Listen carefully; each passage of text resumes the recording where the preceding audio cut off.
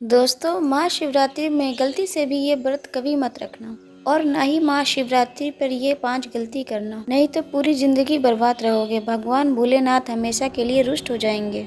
यह गलती नज़रअंदाज बिल्कुल मत करना।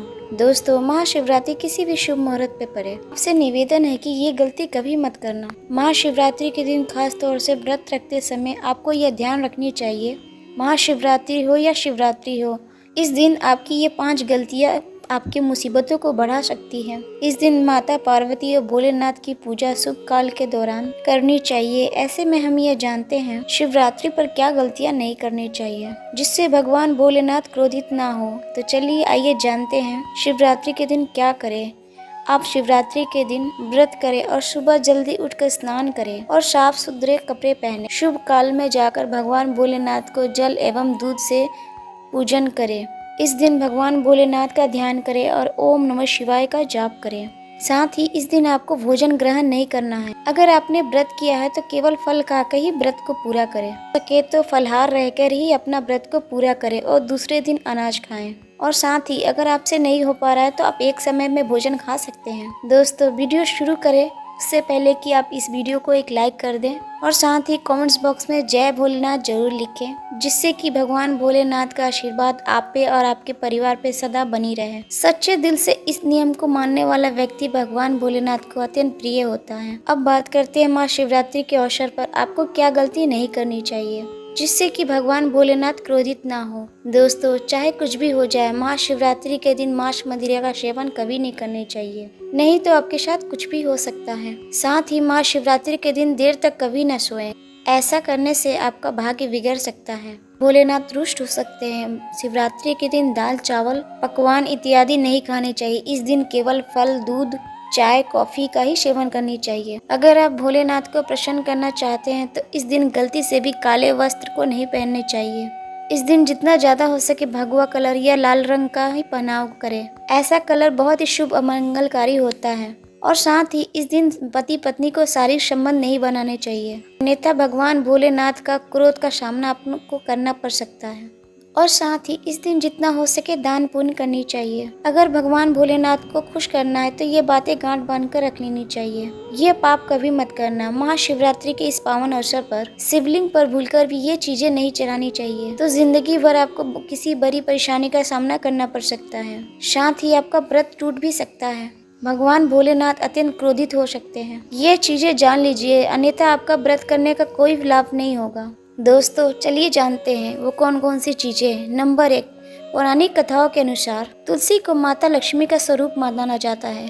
माता लक्ष्मी भगवान विष्णु का अर्धांगिनी है। भगवान विष्णु शालिग्राम की पूजा में तुलसी के पत्ते का प्रयोग होता है। प्रयोग शिवलिंग पर वर्जित है। साथ ही आपको पाप का भागीदार बना सकता है। ऐसा अनर्थ कभी मत करना। दोस्तों, नंबर 2, सिंदूर। सिंदूर एक प्रकार से श्रृंगार की वस्तु है जो हर एक सुहागिन औरतें अपने पति की लंबी उम्र के लिए लगाती है और इसके साथ ही सभी देवियों को चढ़ाया जाता है। परंतु भगवान भोलेनाथ वैरागी है और महाकाल है, इसीलिए उन्हें सिंदूर नहीं चढ़ाया जाता। ऐसा पाप आप कभी मत करना। दोस्तों, नंबर 3, शिवरात्रि के पावन अवसर पर आपको जितना हो सके भगवा रंग पहनना चाहिए। भगवान भोलेनाथ अति प्रसन्न होते हैं। इस दिन काले वस्त्र को पहनने से बचना चाहिए और साथ ही मंदिर में कभी भी काले वस्त्र पहनकर नहीं जाने चाहिए।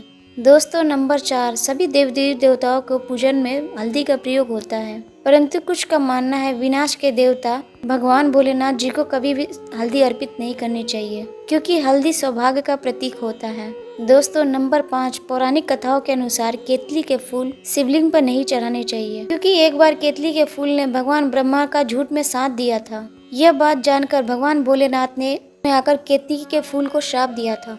दोस्तों, नंबर 6, पौराणिक कथाओं के अनुसार ऐसा कहा जाता है कि शिवलिंग पर नारियल को कभी नहीं चढ़ानी चाहिए, क्योंकि यह शुभ नहीं माना जाता। नंबर 7, शंख जल। भगवान भोलेनाथ शंखचूर असुर का वध किया था। शंख को उसी असुर का प्रतीक माना जाता है। भगवान विष्णु का भक्त था, इसीलिए विष्णु भगवान की पूजा शंख से होती है, भगवान शिव की नहीं। दोस्तों, तो नंबर 8, तिल। माना जाता है तिल का उत्पत्ति भगवान भोलेनाथ के मैल से हुआ था, इसीलिए भगवान भोलेनाथ को तिल को नहीं चढ़ाना चाहिए। दोस्तों, नंबर 9, भगवान भोलेनाथ को अक्षत यानी साबुत चावल अर्पित किए जाने के बारे में शास्त्रों में लिखा है। टूटा हुआ चावल अपूर्ण और अशुद्ध होता है, इसीलिए ये भगवान भोलेनाथ को नहीं चढ़ता है।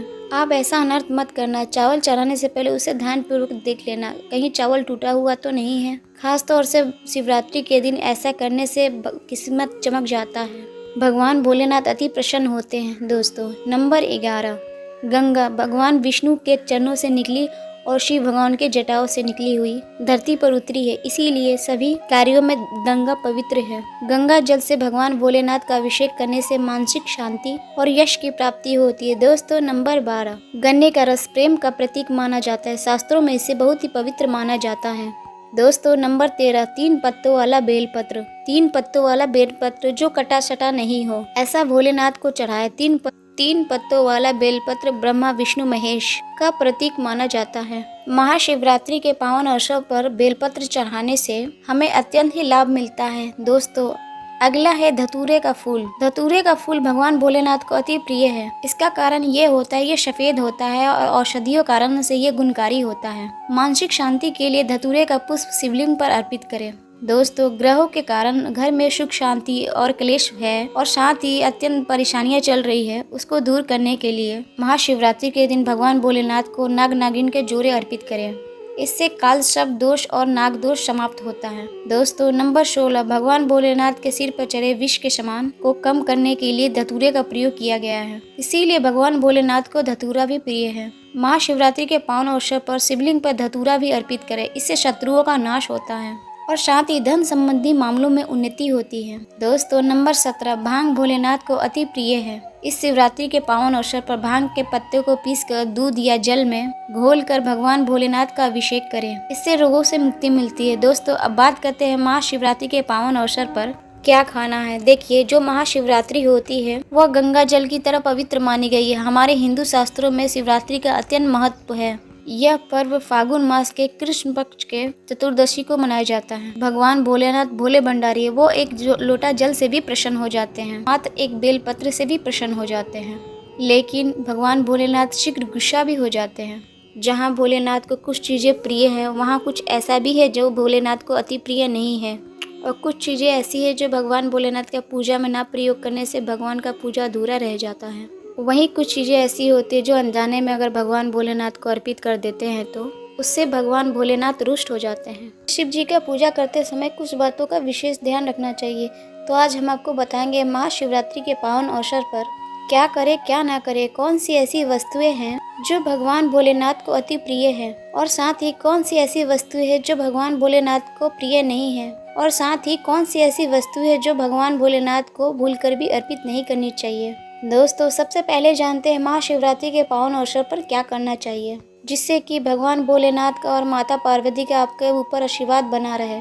महाशिवरात्रि के दिन भगवान भोलेनाथ की पूजा सफेद फिर लाल वस्त्र पहनकर पूजा करें, ये बहुत ही लाभदायक होता है। यदि संभव हो तो इस दिन पूजा में बिना सिले हुए वस्त्र पहने। महाशिवरात्रि के पावन अवसर पर शिवलिंग का पूजन जरूर करें। शास्त्रों के अनुसार महाशिवरात्रि के दिन भगवान भोलेनाथ शिवलिंग के रूप में प्रकट हुए थे, इसलिए इस दिन शिवलिंग का पूजन करना सर्वश्रेष्ठ माना गया है। शिवलिंग का पूजा करने से भोलेनाथ और माता अति प्रसन्न होती है। दोस्तों, महाशिवरात्रि का अर्थ है भगवान भोलेनाथ को रात्रि में पूजन करना। इससे भगवान भोलेनाथ अति जल्दी प्रसन्न हो जाते हैं और साथ ही आपको मनचाहा वरदान देते हैं। महाशिवरात्रि में भगवान भोलेनाथ के साथ साथ माता पार्वती का भी पूजन करना चाहिए।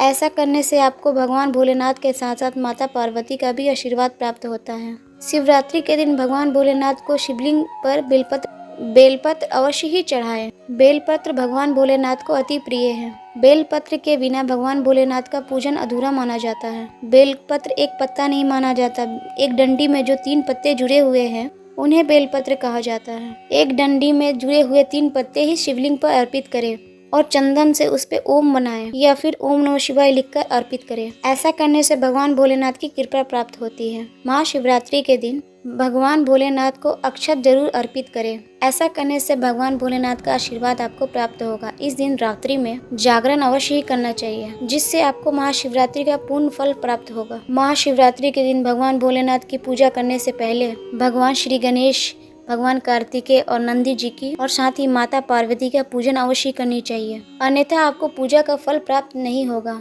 और साथ ही इस दिन बैल को हरा चारा जरूर खिलाना चाहिए। क्योंकि बैल को नंदी का रूप माना जाता है, जो कि हमारे भगवान भोलेनाथ को अति प्रिय है। दोस्तों, महाशिवरात्रि के पावन अवसर पर इन कार्यों को करने से भगवान भोलेनाथ की कृपा आपके ऊपर बरसती है।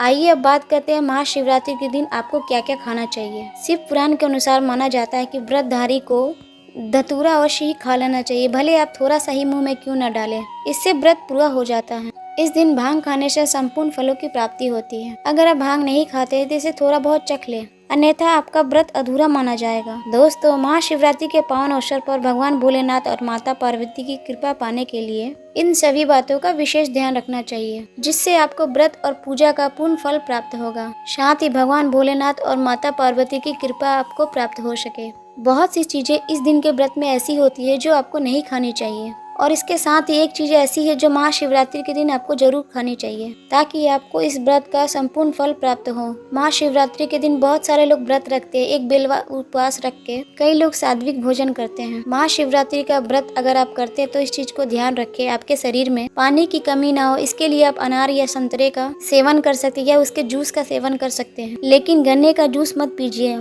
महाशिवरात्रि के दिन फलाहार पपीता, खीरा, केला वगैरह खा सकते हैं। तो दोस्तों, आशा करते हैं आज की जानकारी आपको अच्छी लगी होगी। कमेंट्स बॉक्स में हर हर महादेव जरूर लिखिएगा और साथ ही हमारे वीडियो को जरूर लाइक कीजिएगा। फिर मिलते हैं आपके अपने चैनल रिताई भक्ति में। मगर अभी तक अगर आप चैनल अपने रिताई भक्ति को सब्सक्राइब नहीं किया तो सब्सक्राइब कर दें, ताकि ऐसी ज्ञानवर्धक जानकारियाँ हम आप तक पहुँचाते रहें। तो फिर मिलते हैं आपके अपने चैनल रिताई भक्ति में। नमस्कार।